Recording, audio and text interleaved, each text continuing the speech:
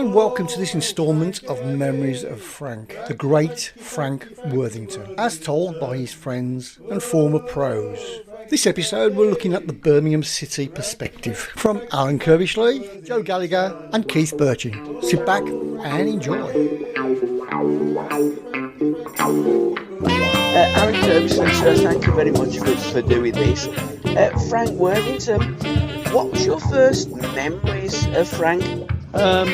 The goal he scored against Ipswich, I think, flicking it over Terry Butcher's head and spinning and volleying it in.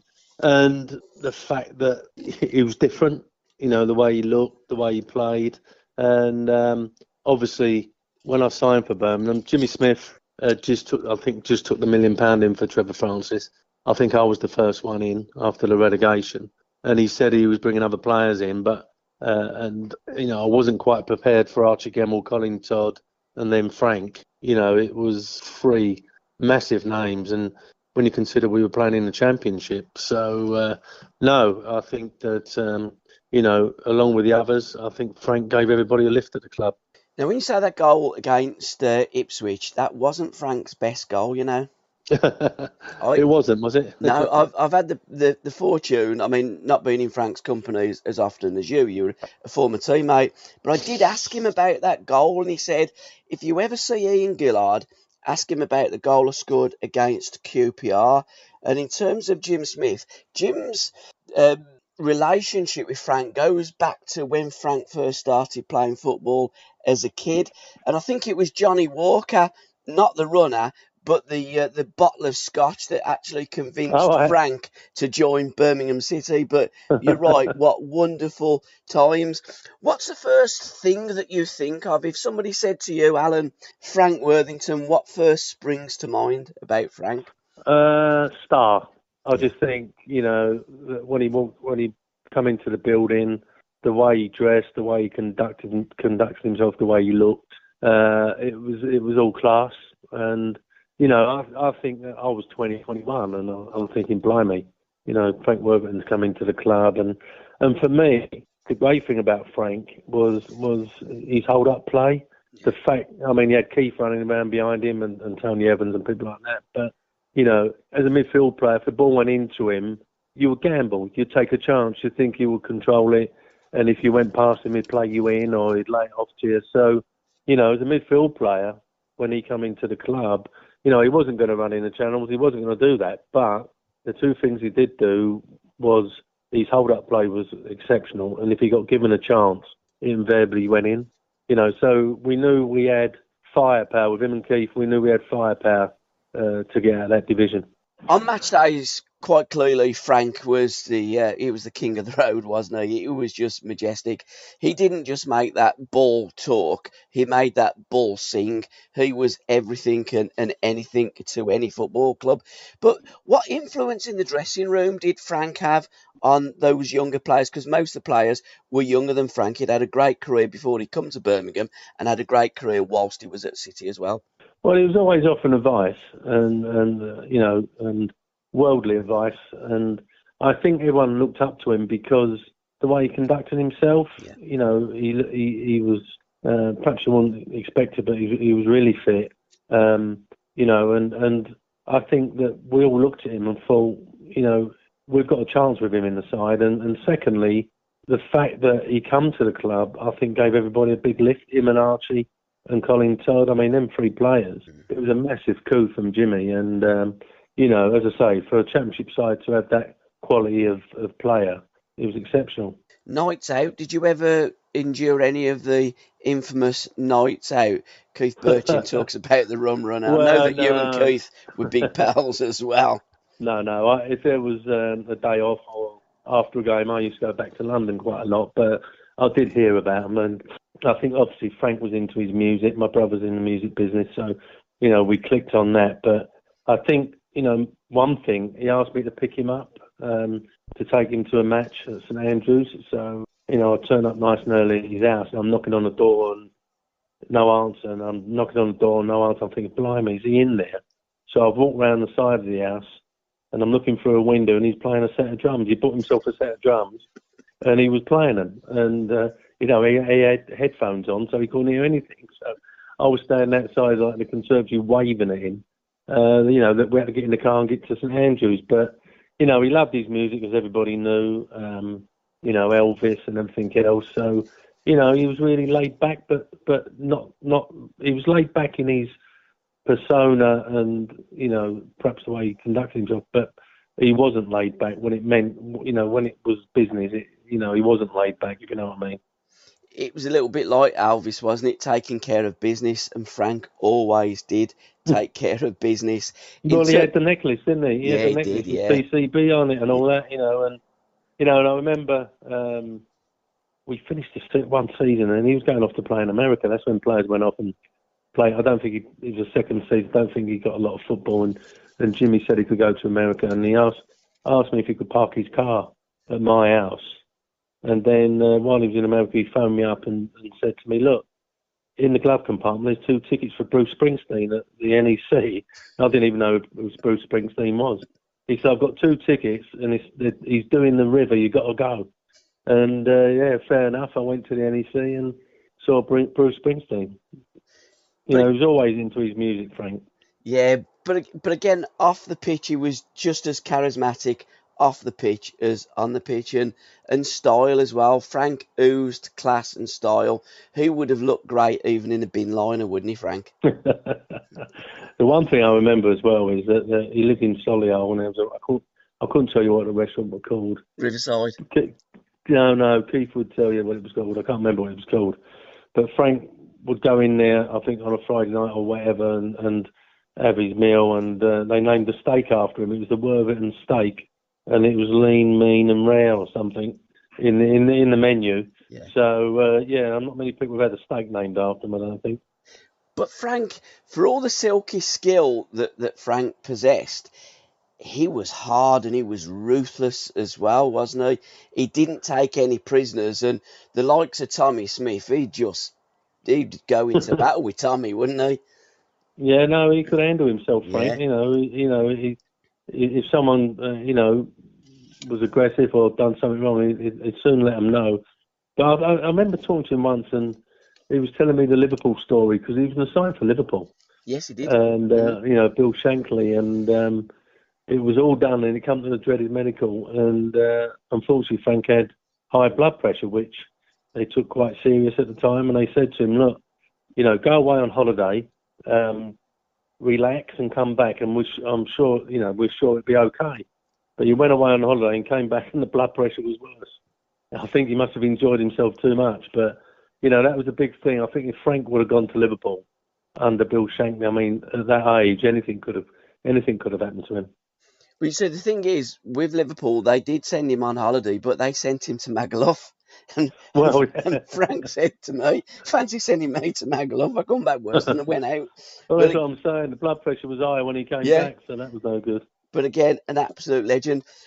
But, the clubs that I think Frank played for 24 clubs and had fantastic times, and is a legend at all those football clubs, but never really played for what you would perceive a big club at Manchester United, a Liverpool, or one of those big clubs abroad. There was a time that there was speculation that Frank was going to go and sign for a team in Brazil, but I think he chose Birmingham and Jim Smith instead, which was great for us. But some players, they look at the medals, and as supporters and journalists and people in the media look at their medals and their honours and put your badges on the table or your medals on the table, that Cloughie famously said. But that's not all that football is about.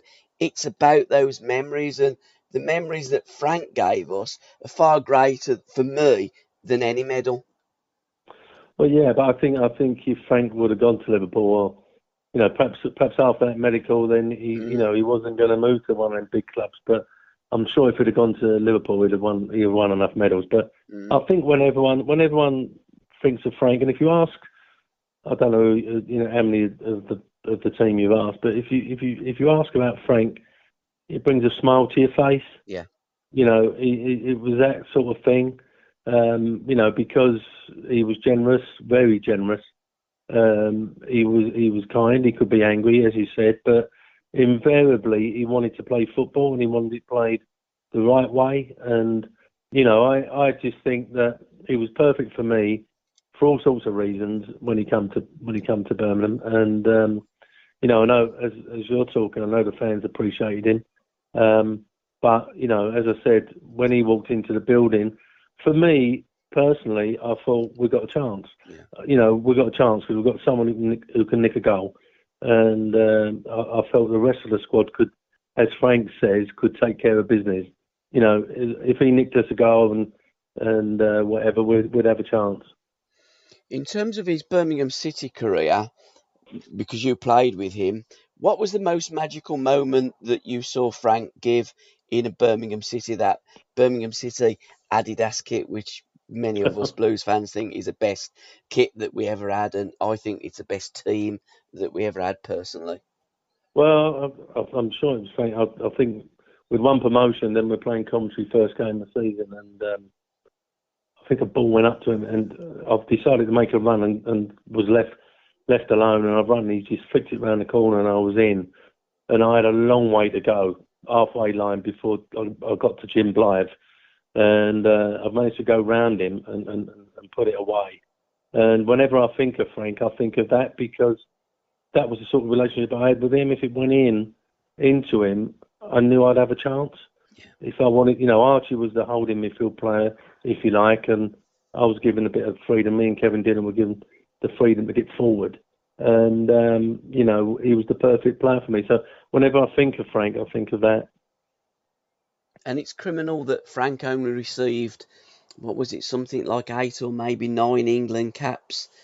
It's quite incredible, because in that game of the 70s, which in my opinion was the halcyon days of football, we had so many fabulous players.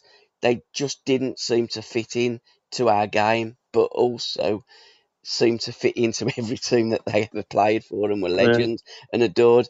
As Jimmy Greaves once said, football is a funny old game, and it really is, isn't it? Well, perhaps the managers at the time when Frank was playing, didn't appreciate, someone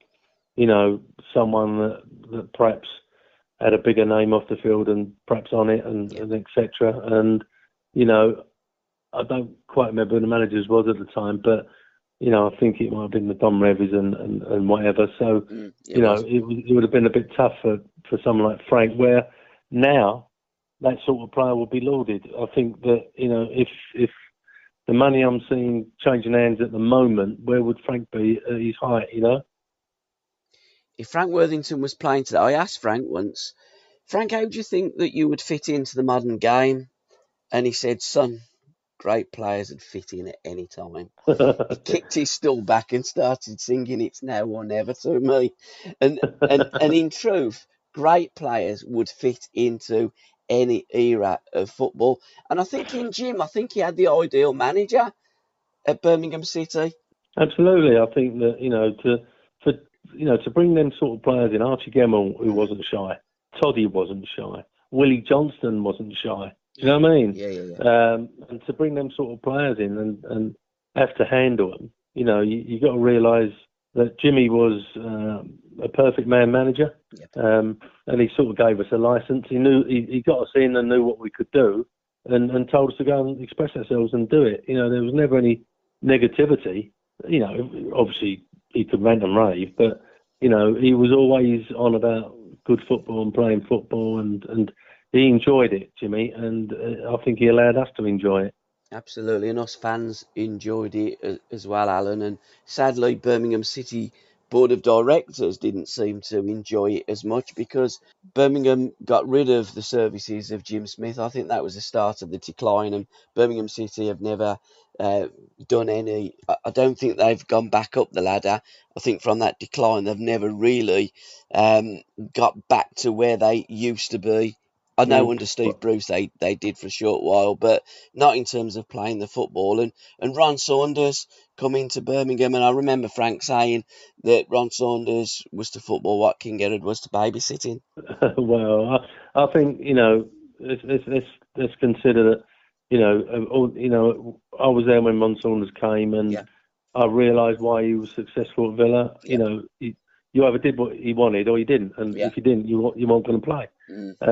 My other memory of Frank was that we had when Ron Saunders took over, we had a really big team meeting, and sort of Ron laid down the law and everything else, and we walked out to go and train at Elmdon, and he put his arm around Frank, and 2 days later he was gone, or 3 days later he went to Leeds, I think, and you know, because Ron Saunders had his way, and that was the only way. And if you didn't fit in, you know, you didn't fit in, and you know, but he told you straight. I had no problems with Ron Saunders. He told you straight, but I think he came to Birmingham on a false promise. I think we was mid-table in the Premier League, if you like, and I think because Ron resigned at Villa and was available, if you like, I mean, I think that must be one of the reasons, because we was mid-table, we weren't struggling, and you know, Jimmy had done a really good job taking the club up and keeping them up and etc. So you know, we couldn't quite work that one out, but it happened, and obviously Ron Saunders was a totally different manager to Jimmy Smith, and as I said, if you didn't fit in, then you was going to go. Absolutely. And finally, what's your favourite Elvis track, Alan? Blue suede shoes. Because Frank always had a pair of like nice loafers or suede shoes on, you know. So yeah, blue suede shoes. I think the fella will never ever be forgotten. He was a larger than life character. He was everything that you'd want from a football. He was a hero of mine and a former player and a teammate of yours. Yeah, as I say, I didn't realise it had been 75. And me and Keith talk regular. We see each other quite, you know, whenever we can. So yeah, we've got fond memories of Frank. Alan, can I thank you so much for your time, sir? That's all right. It's been an absolute blast. Thanks, Alan. Right. Really appreciate it. Cheers, mate. Thank you. Bye-bye. Bye. Yeah, I'm just glad to talk about the great Frank Worthington. Fantastic. Joe Gallagher. Gallagher. That was the chant, Joe, from the Tilton and the Spine Cup to you. And we always used to sing as well. Frankie Worthington. First memories of the great man, Joe. First memories, well, yes, being obviously a supporter of Liverpool and things, and then I joined Birmingham City in 1970, and so a few years after I'd signed, a few years after I'd made my debut and things like that. But I always watched the news and the television and the football players, all the great players at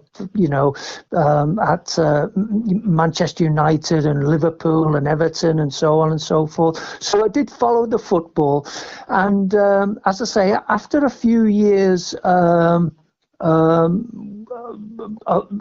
When I was at Birmingham, went in for this to buy Frank Worthington, and we as players, you know, me, Kenny Burns, and Trevor Francis, and you know, we all rated Frank was an outstanding football player. And then when Frank came, we all wanted to try and train hard and well and show Frank, you know, how good at players we are and things like that, which is the same as whenever any sort of new player would come in. You always try and impress them to make them feel at home and so on. But yeah, so knowing Frank was I'll not use a great player all the time, but he was a great player, Frank Worthington. And, watching him play, and then in playing in the team, he's a front man, I'm a defender. So, he was just an outstanding footballer. He was a fantastic player. And, strong, could score goals from anywhere. Was brilliant. His knowledge of the game as well was fantastic. So I can't speak any more highly of him he was just a great player. And the nice thing about talking to you, Joe, is that not only were you a former teammate of Frank Yes. Worthington, you also Yes. played against Frank, didn't you? And famously in that game against Leicester City, you played against Frank, Yes. and Frank scored against us and made the other goal, didn't he, in the 6-2 win at Filbert Street? Yes, he did. He did score a goal. I had to mark him being a number 5, a centre back, and Frank was a striker, centre forward or inside forward.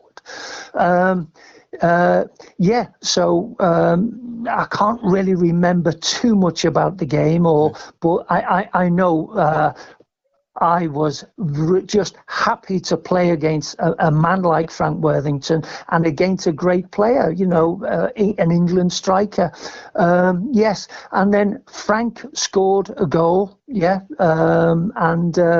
things were, Birmingham, our heads are down. We have to try and fight back and play and try and get the best, beat Leicester City, which sadly we didn't. I think we lost. Did we lose 2-1 or something like that? That was the game. I mean, you may well have played against Frank for Leicester City when you lost, but the game I'm looking at is on the 4th of December 1976, when it was one of the few games that was on that was played. It was televised. It was on Match of the Day. We beat them 6-2 on ice when Kenny scored the 3 goals, and we got the TR7. That was the game. Yes. Frankie scored from the penalty spot. It was you that fouled Steve Kember in the box and gave away the penalty. Yes. It vaguely remember it. Yes, vaguely remember it. Yeah. Ken and Trevor, did they both score? Yes, both score goals? They did. Gary Emanuel and Gary Rolf. Emanuel. Yeah. But to mark Frank was, I was just happy that he'd only scored the 1 goal, because he was a tough guy to play against. He had this. We all knew him as a bit of a, I don't know, I can't find the words for him. He was a maverick. Yeah. Maverick, that's a great word for him. He was a maverick. He was brilliant, and for Frank, he took that penalty, didn't he? And striked it home. Great player, a great player, and thankfully I only had to play against him maybe once or twice, because shortly after that he did end up signing for Birmingham, which we as players, I certainly was over the moon with having Frank Worthington in the team. Was just great guns. What was it like at Almden training with Frank in the 5-a-side? Did you make sure that you was on Frank's side? Well, I tried to, and we all tried to, because there was lots of other very, very good players, as I mentioned, Trevor and Kenny Burns, and the likes of maybe Alan Campbell probably was in the squad. It was always a privilege to have Frank in your team, and for him to score great goals. Frank had a great left foot. He was well-balanced player. He was tall, strong, well-balanced, great left foot. And that's why he ended up scoring. Was his record something like 266 goals and 38 penalties, which is just numbers like fantastic. And of course I always remember the when Frank came, from Bolton Wanderers, but even now in the late days, they still chant his name, chant Frank Worthington's name. He was a great player, and I can't speak more highly of him. I was just really glad that for about 150,000, was it, he came to Birmingham City, which was nothing at all to do with me or the rest of the players, but we were all just really glad that he was at Birmingham, and it was short. It wasn't very long after that, after he'd signed, I did see then right up front, I seen up front that what a great player he was. And lots of players are like that. You know, we see them on television or we hear about them, and we've seen them over the years. But until you actually play and train with a player and see how great they are, you know, I do mention Trevor Francis and Alan Campbell. Until you train with them and see them every day in training, you just realise then what great players they really are. He worked very, very hard, Frank. As I say, he had a great left foot, and he scored some fantastic goals.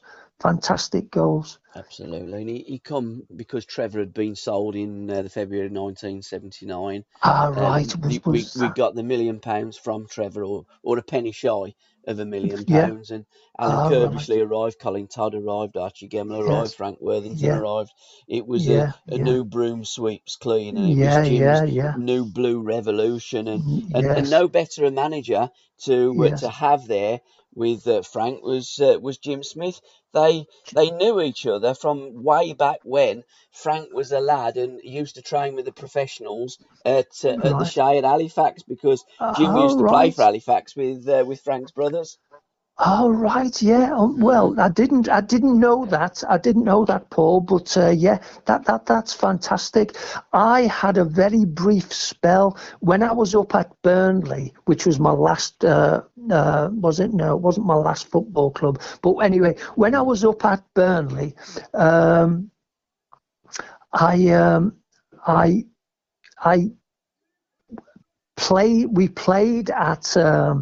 we played at Halifax's ground. Yeah, that's right. We played at Halifax's ground, and yeah, the supporters always liked Frank. Always loved to watch him.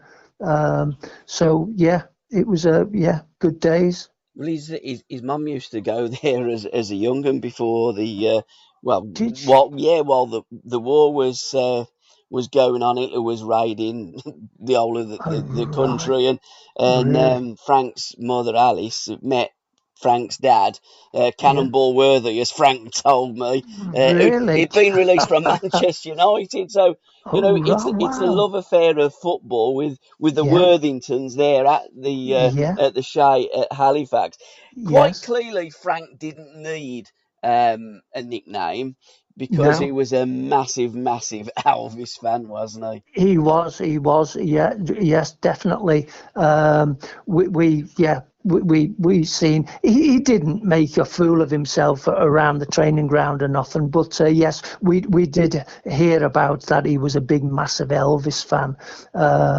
Yeah, and yeah, he was a joy. He was an absolute joy. Somebody like myself from the back streets of Liverpool come down to Birmingham as a 15-year-old, and then eventually to play with players like that. Frank Worthington was just an unbelievable time. Great player. And there's a wonderful picture, Joe, of you, Frank, and Alan Curbishley holding up Miss Birmingham City, Maria Stevens, in 1981. They were Ah, great times yeah, at Eloma out there.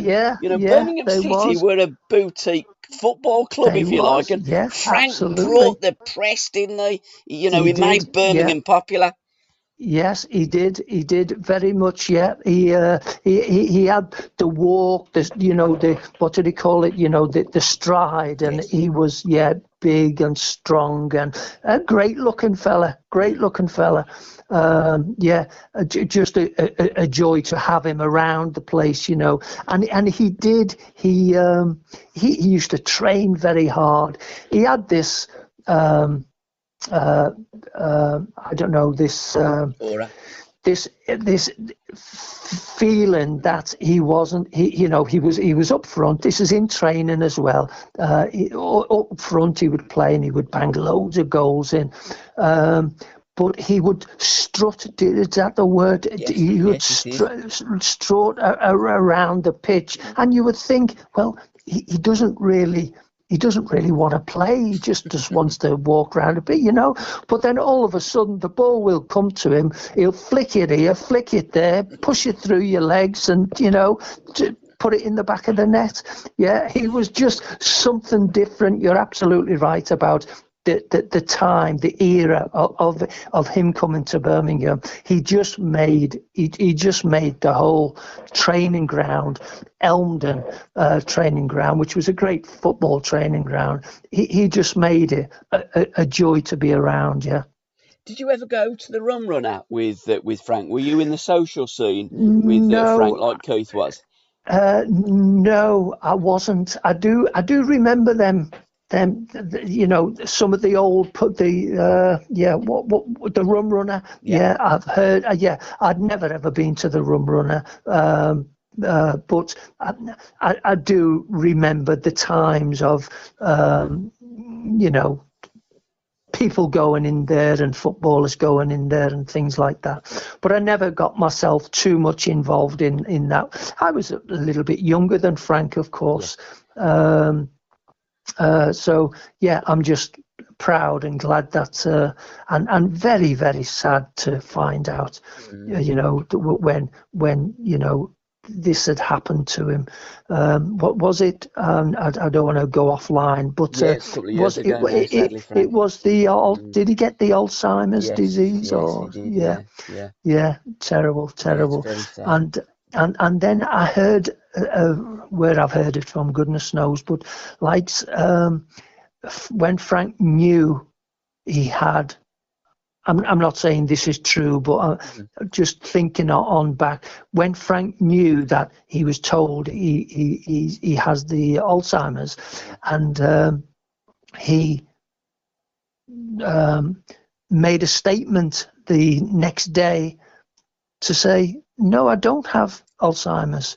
And that, just them few words, Paul, summed up Frank Worthington, because he didn't want to, I'm sure at the time, he didn't want to talk about him having Alzheimer's or being very ill, so to speak.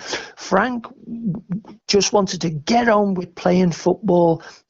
He never wanted to make a fuss about anybody. He just loved life. He really did. He loved life. He loved people. He loved his managers. He loved his players. And he just wanted to get on with life. So that little sort of saying is that he didn't want to talk about it, and no, he doesn't have it.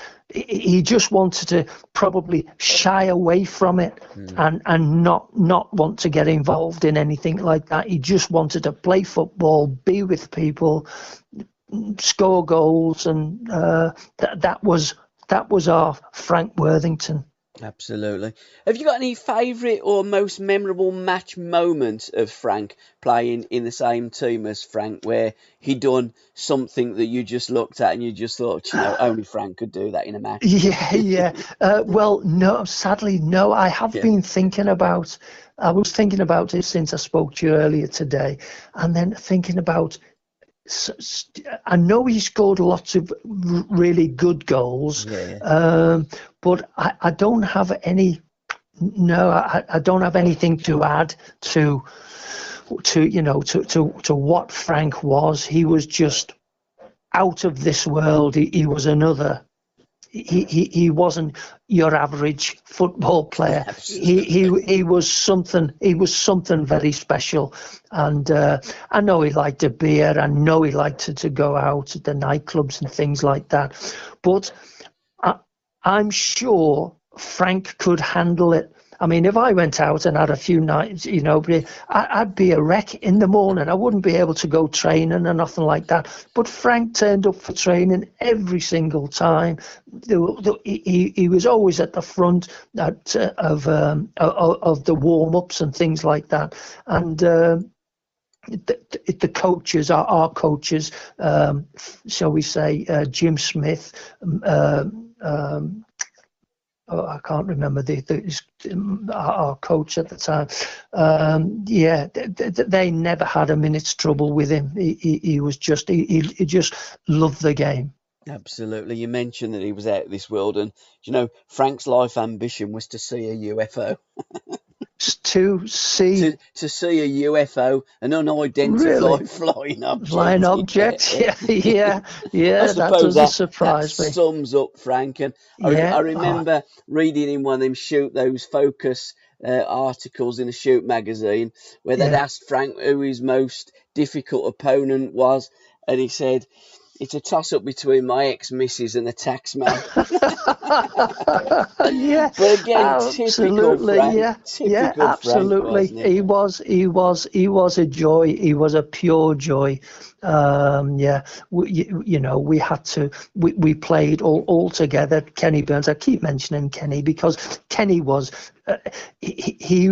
Ken was great football player, lovely lad, as hard as nails. He didn't want anybody to mess up the training or not work hard in the training and things like that. Ken would have a word with them, but Frank was exactly the same. Frank was he loved his training. He loved life. He loved life. He really did.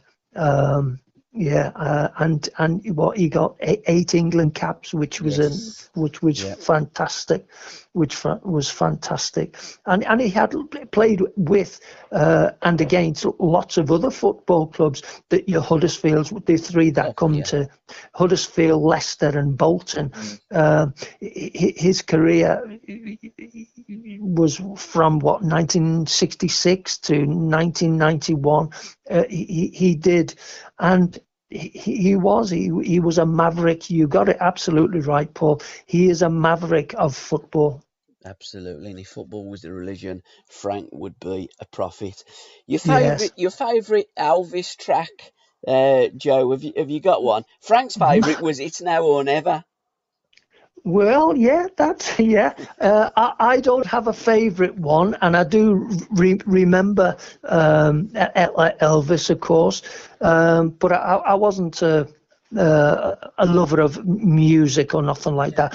Football for me was my, which was my joy, and I'm sure it was Frank's joy. But there was a few other things that Frank enjoyed as well. He liked going out for a pint and things like that. But credit to him, he was adored by everybody. His teammates and his opponents. They all adored Frank Worthington 100%. Absolutely, and he had a great time in the NASL, didn't he, in America? And I think that they asked him when he come back, "What do you prefer, Frank, AstroTurf or grass?" And he said, "I don't know, I've never smoked AstroTurf." And that was the big fella, wasn't he? Always one for the one-liners, absolutely, sharp as a razor. Well, where did he get the energy from? The energy in football from from 9 o'clock till midday. You need lots of energy. That's just for training, and then you come your matches. Where he got the energy from was just he was born. I say it now. He must have been born to play football because he was fantastic at it, and he had all this energy. The likes of me, Kenny Burns, Trevor Francis, and we struggled to keep up with the the standards that Frank put on. Absolutely, Joe. It's been an absolute pleasure, sir. Can I thank you for your time? Paul, my pleasure. Lovely. Thanks, Joe. My pleasure. Thank you very much indeed. Hope to speak to you soon. Will do, Joe. All the best, mate. Cheers, mate. Thank you. Thanks, Joe. Appreciate it. Love to you, mate. Bye-bye. Cheers. Bye-bye.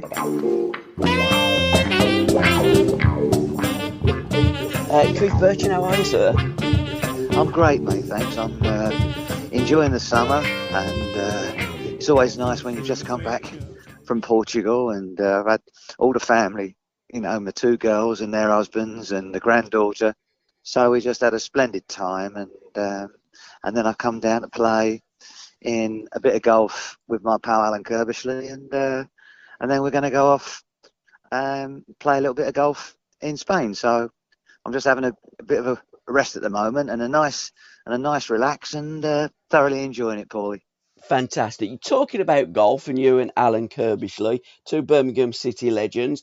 Was Frank Worthington a decent golfer?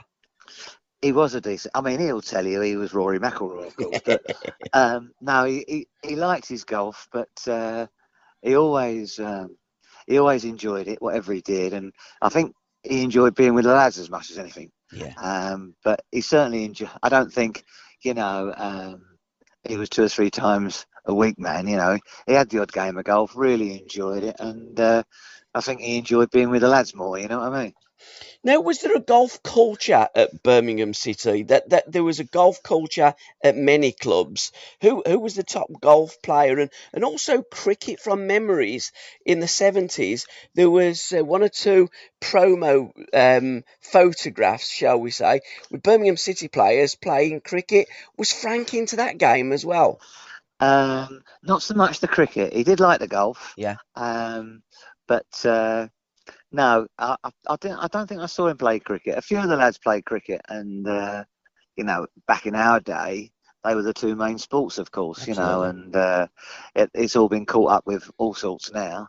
But football and cricket were the main things we were growing up with. But no, I mean, Frank liked his golf, and as I say, but mostly he loved his football. And none of us, we all played golf for a bit of fun in them days, and it really was fun.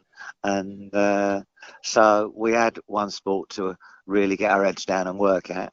And so golf was just a little bit of light relief, and all the boys together again, but in a different little atmosphere, which was quite good. Absolutely. You mentioned that you've come back off holiday and you're going on holiday with Alan to have a little bit of golf. You're going to get a little bit of golf taken in. Did you ever go on holiday with Frank? Did you ever room with Frank when you were when Birmingham were playing away? I'm sure we all went away. I think we might have got promotion. I think we went away. I think it might have been Portugal, as it happens. And Frank was on that trip. But of course, you could be anywhere with Frank and you thought you was abroad. You know what I mean? We could be walking up Solihull High Street and we think we're in Vegas. So I mean, I remember when he first arrived, and we went just for something to eat, and I thought, oh, he is so funny, this bloke, and he was so laid back, and occasionally I think you can get a little bit wound up with the football because, of course, it means everything to us. But he could relax us all. And I remember Alan was still living at my house at the time when Frank falls up and tells us that he's booked a table in Solihull, Bobby Browne's, and come on, we've got to go. And I says, has he forgotten we're playing Chelsea tomorrow? And he says, no, I haven't. He says, come on, we'll be home by 8:30.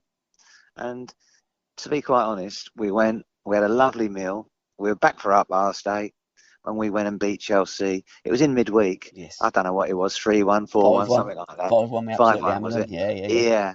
And he just taught us another way to relax before a game, rather than sitting in my house panicking, hoping we're going to do all right the next day. So, we learned from him all sorts of different things, and I wasn't going to say that we'd go out every night before a game. Of course we wouldn't, but just to go and relax and think about something else and do nothing wrong. We weren't drinking, we just had a nice bite to eat, all relaxed, and then we're back for 8:30, and we gave a fairly good performance the next day, and that was probably down to Frank. You gave one of the greatest performances I've ever seen at St Andrews that day. That was all down to Bobby Browne's and the steak. He did have a steak named after him. Was it in that restaurant? Well, I don't know.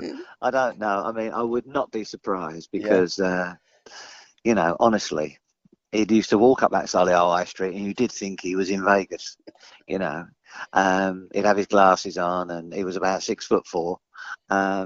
No, I mean, I loved him. I did, and yeah, he was a big influence on certainly me and Alan, and yeah, we remember him extremely fondly, as all the boys do. Dylan and Mark Dennis, yeah, they all really thought the world of Frank, and to be quite honest, why wouldn't you? Absolutely. The music scene was really vibrant in Birmingham in the late 70s. ELO, Steve Gibbons, etc., etc. Frank was really into his music. Jeff Lynne was a big fan of Birmingham City, of course, as well. Yeah. Tell me about the music scene that Frank was involved in, and the Rum Runner as well. He was pretty prolific up there as well, wasn't he? Yeah. Who was the first? The other, not Jeff, but the other musician you mentioned, Stevie Gibbons, and we had Stevie Winwood as well, of course. Steve, I think it was. Was it say Steve Gibbons? Yeah.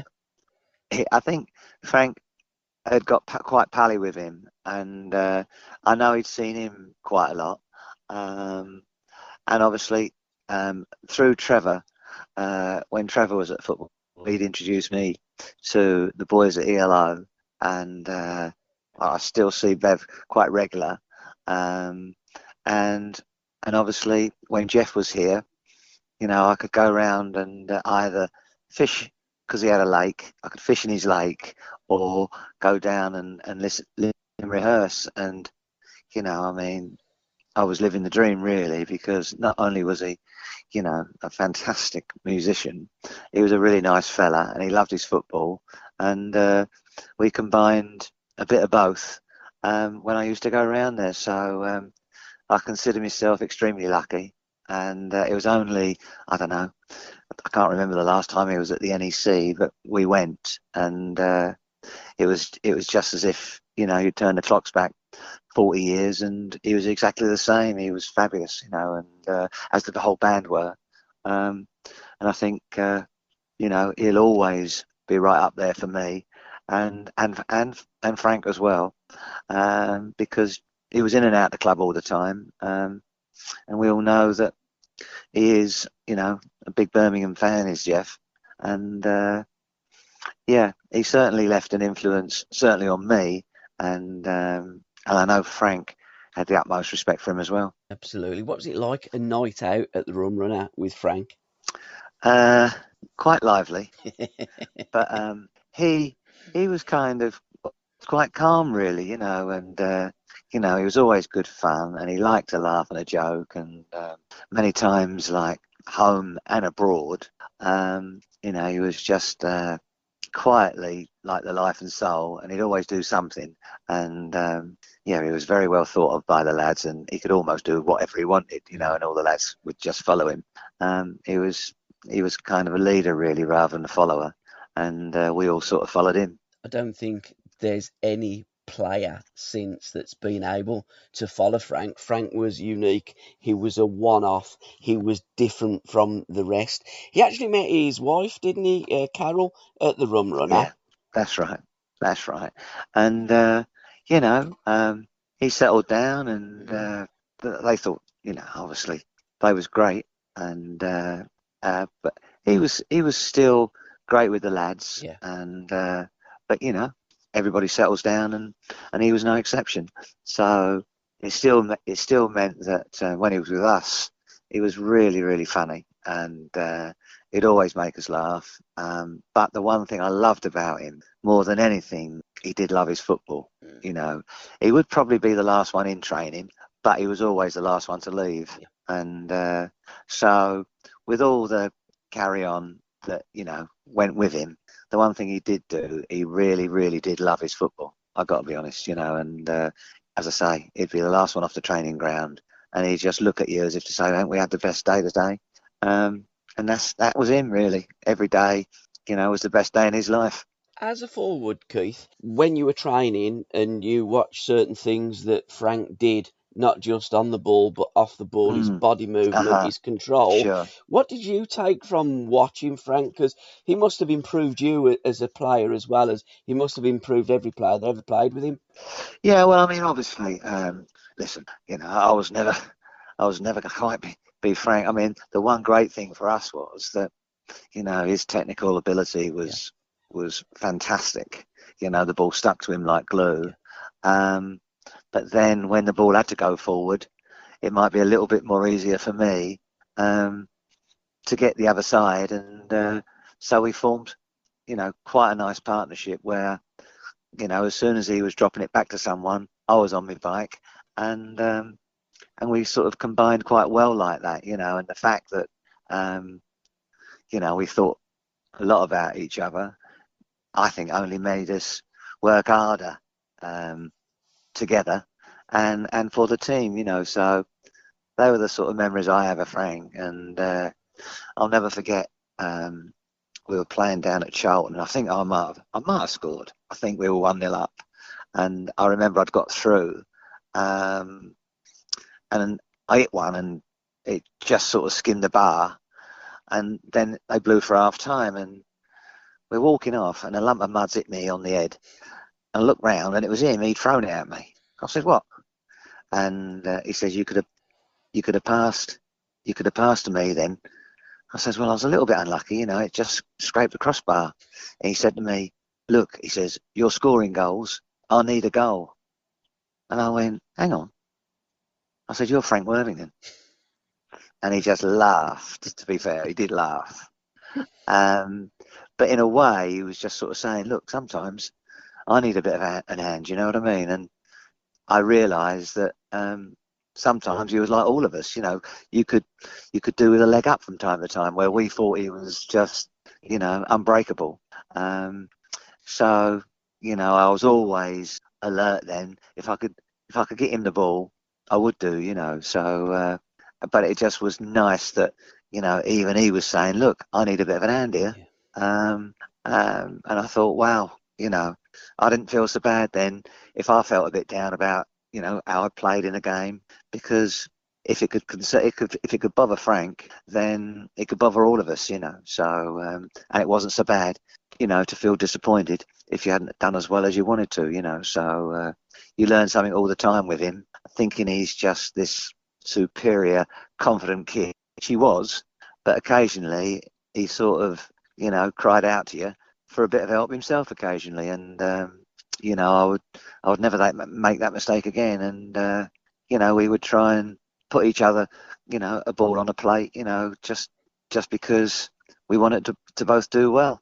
I guess being out of this world in terms of his talent, he was certainly human as well. He scored a brace against Nottingham Forest. Talk me through that, because that was a fantastic brace against Peter Shilton, wasn't he, one of the greatest goalkeepers? Of course. And I think his first goal was a decent shot. It might have been his left foot. I mean, listen, I can't remember my own goals, let alone somebody else's. But I do remember his second one, because I've seen him. He's gone on his left, and I think, here he goes. And he's about 25 yards out. And then he cut back on his right. And I thought, oh, he must be going to pass this now. And all of a sudden, he's hit it. And Shilton ain't moved. And it's a goal.